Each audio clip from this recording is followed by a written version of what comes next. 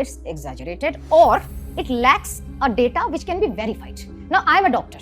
I can tell you there are infinite avenues where dog bite cases have gone to register, and they have been registered in double or triple manner. இப்போ supreme கோர்ட்ல நடந்துட்டு இருக்கிற talk சம்பந்தப்பட்ட கேஸ்ல doctor அனுரூபா பேசின விஷயங்களை இந்த வீடியோல டிஸ்கஸ் பண்ணியிருக்கேன். வீடியோவை ஸ்கிப் பண்ணாம ஃபுல்லா பாருங்க. ரொம்ப இம்பார்ட்டண்ட்டான விஷயங்கள் இங்க பேசியிருக்கோம். அப்புறம் இன்னும் நம்ம சேனலை சப்ஸ்கிரைப் பண்ணலைன்னா சப்ஸ்கிரைப் பண்ணி வச்சுக்காங்க. நீங்கள் நியூஸில் டெய்லி பார்க்குற dog bite cases, rabies deaths, அந்த நம்பர்ஸ் எல்லாம் உண்மையா இல்லை டேட்டா மிஸ்டேக்கா? இந்த கொஸ்டினுக்கு டைரெக்டாக ஆன்சர் கொடுக்குறாங்க டாக்டர் அனுரூபா. அவங்க ஒரு ஹியூமன் டாக்டர், சேம் டைமில் ஒரு ground level stray animal worker. சரி, யார் இந்த அனுரூபா? டாக்டர் அனுரூபா ஒரு மெடிக்கல் டாக்டர். இவங்க சிங்கப்பூர் மினிஸ்ட்ரி ஆஃப் ஹெல்த்தும் அப்புறம் பிரைம் மினிஸ்டர்ஸ் கேபினெட்டோட ஹெல்த் கேர் டேட்டாபேஸ் சிஸ்டமில் ஒர்க் பண்ணுறவங்க. அது மட்டும் இல்லை, இவங்க ஸ்ட்ரீட் அனிமல்ஸோட கிரவுண்ட் ஒர்க்கும் பண்ணுற டாக்டர். ஸோ ரெண்டு சைடும் இவங்களுக்கு தெரியும், public health plus animal reality. Doctor சொல்கிற மெயின் இஷ்யூ என்னன்னா டேட்டா. இந்தியாவில் ரேபீஸ், டாக் பைட் நம்பர்ஸ் எல்லாம் ப்ராப்பராக கலெக்ட் பண்ணலை. மீடியா, பப்ளிக், பாலிசி மேக்கர்ஸ் எல்லாரும் ராங் டேட்டாவை பேஸ் பண்ணி டெசிஷன்ஸ் எடுக்கிறாங்கன்னு சொன்னாங்க. அப்படியே அவங்க என்ன சொன்னாங்கன்னா, இதை ப்ரூவ் பண்ணுறதுக்காக அவங்க ஒரு எக்ஸ்பெரிமெண்ட் பண்ணாங்களாம். அதாவது என்ன பண்ணியிருக்காங்க, 4 ஹாஸ்பிட்டலுக்கு வந்து நார்மலான ஒரு பேஷண்ட் மாதிரி போயிருக்காங்க. அங்கே ஹாஸ்பிட்டல் இருக்கிற டாக்டர்கிட்ட என்ன ஒரு பெட் டாக் ஸ்க்ராட்ச் பண்ணிருச்சுன்னு சொன்னாங்களாம். கெஸ் வாட்ன்னு சொல்கிறாங்க. அங்கே டாக்டர்ஸ் என்ன செஞ்சுருக்காங்கன்னா, இவங்களை ஸ்க்ராட்ச் பண்ண அந்த ஸ்க்ராட்சை வந்து பார்க்கவே இல்லை. டாக் ஸ்க்ராட்ச் பண்ணின்னு சொன்னதுக்கு அந்த ஸ்க்ராட்சை பார்க்கல. இதை நீங்கள் கவனிங்க.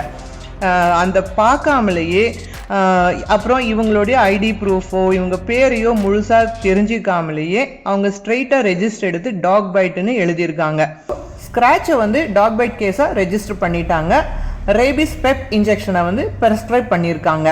பெப்னா போஸ்ட் எக்ஸ்போஜர் இன்ஜெக்ஷன் அது.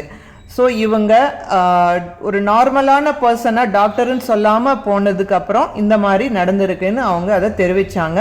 ஸோ என்ன சொன்னாங்கன்னா, மெயினாக ஸ்க்ராட்சை வந்து ஒரு டாக் பைட்டாக கன்வெர்ட் பண்ணிட்டாங்க அப்படின்னு இங்கே சொன்னாங்க கோர்ட்டில். இன்னும் ஷாக்கிங் என்னென்னா, டாக்டர் அனுரூபா சொன்னாங்க எல்லா பெப் கேஸுமே டாக் பைட்டாக கவுண்ட் ஆகுதுன்னு சொன்னாங்க.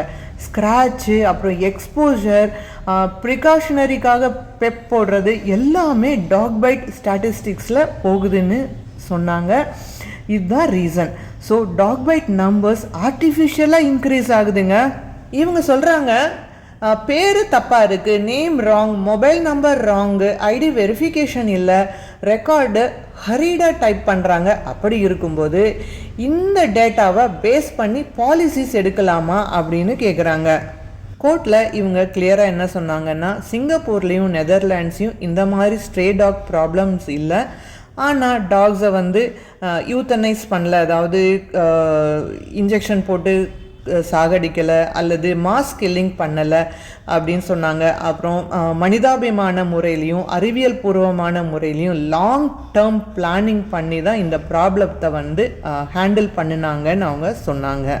ஹாஸ்பிட்டல் அண்ட் ஸ்கூல்ஸில் வந்து டாக்ஸ் இருக்கக்கூடாதுன்னு நான் அக்ரி பண்ணுறேன். ஆனால் டாக்ஸை பிக் பண்ணி புவராக நடந்துட்டு இருக்கிற அதாவது மோசமான கண்டிஷனில் இருக்கிற ஒரு ஷெல்டரில் போட்டு அடிக்கிறது நாய்களுக்கு எந்த விதத்தில் நல்லதாக இருக்கும்னு ஒரு கொஸ்டின் கேட்டாங்க. அப்புறம் இந்தியாவில் வந்து ஹிஸ்ட்ரி அப்போ எடுத்து பார்த்தா டாக்ஸ் வந்து ஷெல்டரில் சரியாக கவனிக்கப்படலை அப்படிங்கிற விஷயத்தை நான் கவனித்தேன். அப்புறம் அந்த ஷெல்டர் வந்து சரியாக பார்த்துக்க மாட்டேங்கிறாங்கங்கிற விஷயத்தை வந்து கவனிக்காமல் கண்டுக்காமல் இருக்கக்கூடாது அப்படின்னும் இங்கே பேசிகிட்டு இருந்தாங்க. ஃபைனலாக அவங்க பேசின விஷயம் என்னதுன்னா, ஒரு டெத் கேஸும் அக்செப்ட் பண்ண முடியாது. ரேபிஸ் வந்து சீரியஸான இஷ்யூ தான்.